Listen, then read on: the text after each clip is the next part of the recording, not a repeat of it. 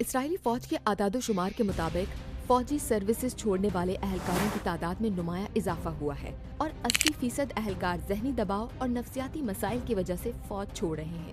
اسرائیلی اخبار کے مطابق اسرائیلی فوجی حکام نے خبردار کیا ہے کہ 7 اکتوبر کے بعد سے مستقل اور ریزرو فوجیوں پر پڑنے والا بوجھ بڑھ رہا ہے۔ اگر کوئی مستقل حل نہ نکلا تو فوج مستقبل میں جنگی اور معمول کی سیکورٹی ضروریات پوری کرنے میں مشکلات کا شکار ہو جائے گی۔ رپورٹ کے مطابق جنگ سے پہلے ریزرو فوجیوں کو 3 سال میں صرف 25 دن خدمات انجام دینا پڑ رہی تھیں، لیکن 7 اکتوبر 2023 کے بعد سے بہت سے اہلکار 170 دن سے زیادہ ریزرو ڈیوٹی انجام دے چکے ہیں۔ اسرائیلی فوج نے 2026 میں ریزرو ڈیوٹی کو 80 سے 100 دن تک محدود رکھنے کا ہدف مقرر کیا تھا، لیکن بعض یونٹس پہلے ہی اس حد سے تجاوز کر چکے ہیں، جس کی ایک وجہ ایران اور لبنان سے متعلق اضافی فوجی مشنز ہیں۔ رپورٹ کے مطابق مسلسل جنگوں میں ہزاروں فوجی زخمی ہو چکے ہیں، جبکہ دیگر نے فوجی سروسز چھوڑ دی ہے۔ اسرائیلی فوجی حکام کے بقول مہینوں پر محیط مسلسل لڑائی نے بھی شدید تھکن اور ذہنی دباؤ پیدا کیا ہے۔ جنگ کے آغاز سے اب تک مستقل فوجیوں کو تقریباً بغیر وقفے کے خدمات انجام دینا پڑ رہی ہیں اور انہیں آرام یا تربیت کے لیے مناسب وقت بھی نہیں مل رہا۔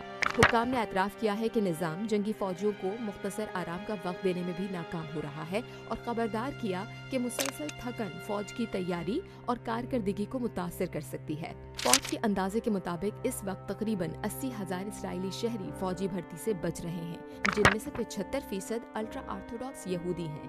اسرائیلی فوجی حکام نے کہا کہ لازمی فوجی سروسز اور ریزرو ڈیوٹی سے متعلق فوری قانون سازی الٹرا آرتھوڈاکس یعنی کہ کٹر روایت پسند یہودیوں کو فوجی بھرتی سے استثنا دینے والے متنازع بل کے ساتھ جوڑنے کی وجہ رکی ہوئی ہے۔ اس کے باعث اسرائیلی فوج میں افرادی قوت کا بحران بڑھ رہا ہے۔ اسرائیلی فوج کا کہنا ہے کہ الٹرا آرتھوڈاکس استثنا بل، لازمی فوجی سروسز کی مدت بڑھانے کا بل اور ریزرو ڈیوٹی میں توسیع کا بل الگ الگ منظور کیے جانے چاہیے۔ انہیں ایک ساتھ جوڑنے سے 2 اہم قوانین تاخیر کا شکار ہو رہے ہیں، جن کی فوج کو افرادی قلت پوری کرنے کے لیے فوری ضرورت ہے۔ اسرائیلی اخبار کے مطابق فوج کے اہم ترین مطالبات میں سے ایک لازمی فوجی سروسز کو موجودہ 32 ماہ سے بڑھا کر 36 ماہ کرنا ہے۔ فوج نے جنوری 2024 میں پہلی بار اس قانون سازی کا مطالبہ کیا تھا، لیکن اب تک اس پر کوئی پیش رفت نہیں ہوئی۔ فوجی حکام کا کہنا ہے کہ اس معاملے کو الٹرا آرتھوڈاکس بھرتی کے تنازع سے جوڑنے کی وجہ سے تاخیر ہو رہی ہے۔ فوجی ذرائع کے مطابق اس کے آپریشنل اثرات نہایت سنگین ہیں، کیونکہ ہزاروں جنگی فوجی جنوری میں ریٹائر ہونے والے ہیں، جبکہ نئے بھرتی ہونے والے فوجیوں کی تربیت مکمل ہونے میں ابھی وقت باقی ہے۔